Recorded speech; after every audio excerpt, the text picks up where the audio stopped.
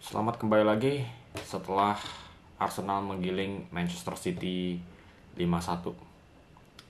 Kemenangan ini menunjukkan bahwa sekarang masa kejayaannya Arsenal dan Arteta dan masa penurunannya Manchester City dan Pep Guardiola. Karena saya masih ingat 3-4 tahun yang lalu Manchester City berada di posisi Arsenal di atas puncak dan Arsenal masih di bawah. Saat itu Manchester City yang menggiling Arsenal 5-1 atau 5-0 dan 4-0. Ada beberapa laga Manchester City mendominasi Arsenal. Tapi sekarang sudah ganti zaman. Arsenal yang mendominasi Manchester City dengan skor yang berlebihan meyakinkan 5-1. Memang Manchester City nggak diperkuat dengan beberapa pemain kunci. Rodri absen karena cedera ACL. Kevin De Bruyne hanya bermain di 20 menit terakhir.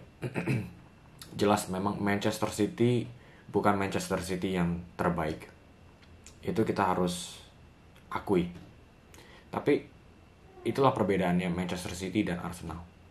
Yang memperkuat Manchester City kemarin itu adalah pemain-pemain yang sudah berumur. Tapi kalau kita lihat dari starting line up Arsenal, pemain-pemain mereka jauh lebih bugar dan lebih fit. Bisa kelihatan dari penampilannya bagaimana Arsenal menekan Manchester City ketika mereka mencoba untuk mendaur ulang bola dari belakang.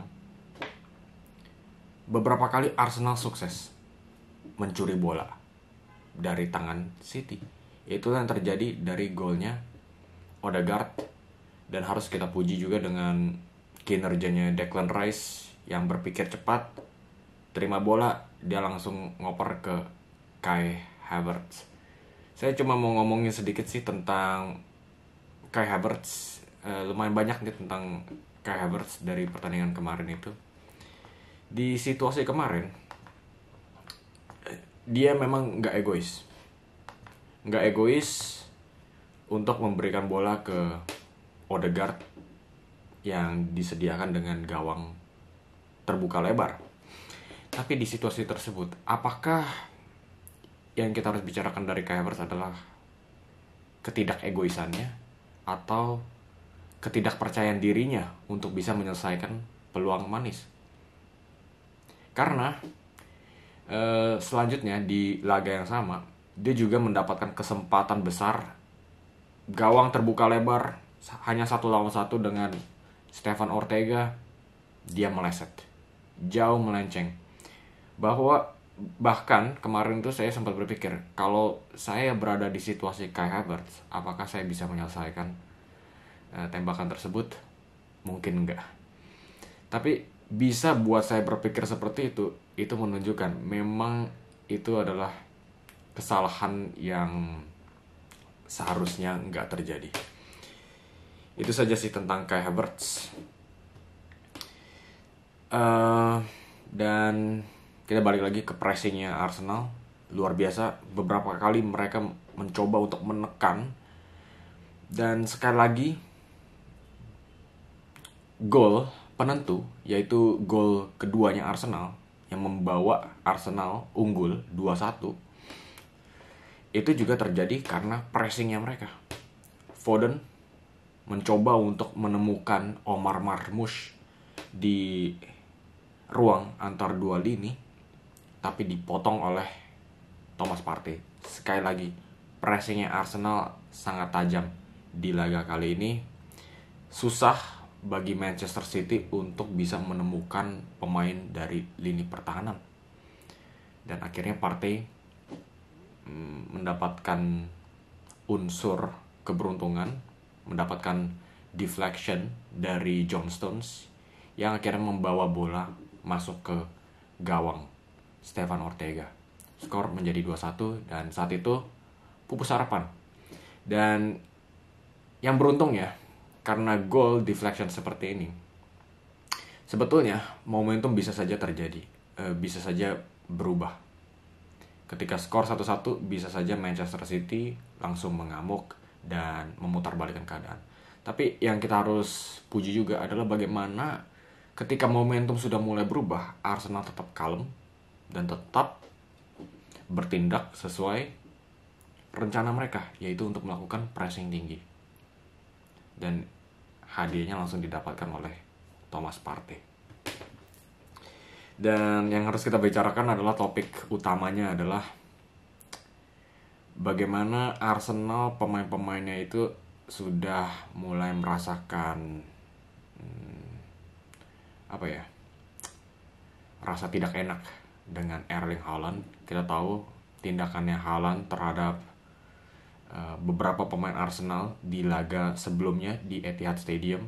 Dia sempat mengucapkan stay humble atau tetap rendah diri ya. Jadi jangan belagu, oke? Kalian masih bukan apa-apanya kita. Itulah niat yang ditafsirkan oleh Erling Haaland. Tapi kenyataannya sejak itu Rodri mengalami cedera dan Manchester City langsung terpuruk jauh ke belakangnya Arsenal. Dan sekarang Arsenal yang bisa mengucapkan kata-kata yang sama. Stay humble ya, Erling Haaland.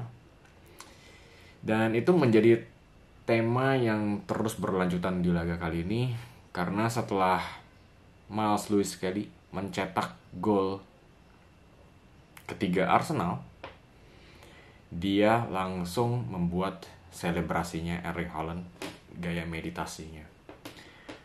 Menurut saya selebrasi yang bagaimana ya diucapkannya, tidak diperlukan. Tapi mungkin itulah yang menunjukkan persaingan antara kedua klub saat ini. Dan Lewis Kelly juga golnya sangat bagus, menunjukkan sekali lagi bahwa Lewis Kelly itu adalah fullback yang sangat komplit. Dia nggak cuma bagus secara defensif 1 lawan 1, menjaga pergerakan pemain, menjaga gocekan-gocekan lawan, tapi dia juga berfungsi ketika maju. Dia nyaman pegang bola, dan seperti yang kita lihat kemarin itu di dalam kotak penalti, dia bisa cutting inside, menunjukkan shift of weight ke kanan dan langsung melesatkan tembakan keras. Ini adalah pergerakan seorang pemain sayap. Dan itulah kenapa Lewis Kelly ini berusia 18 tahun. Tapi mentalitasnya udah mateng, sangat disiplin, ketika diperlukan mundur, dan ketika diperlukan maju, dia bisa berkontribusi. Kinerjanya sangat bagus. Dan yang lebih mengesankannya juga itu adalah bagaimana dia duel 1 lawan 1 dengan Haaland. Setelah dia melakukan selebrasi Haaland, sudah kelihatan nih seberapa panasnya antara kedua pemain ini. Dia memegang bola dan dikejar oleh Haaland. Kedua pemain ini bertabrakan. Biasanya orang biasa ditabrak Haaland langsung terjatuh. Tapi bukan Lewis Kelly. Dia terus menggiring bola. Keseimbangannya, kekuatannya setara. Itu yang mengesankan dari Lewis Kelly. Pemain yang saat ini saya masih belum menemukan titik lemahnya itu apa. Jadi begitulah kemenangan impresifnya Arsenal 5-1 melawan Manchester City. Bukan cuma dari skor saja, tapi juga dari garis besar.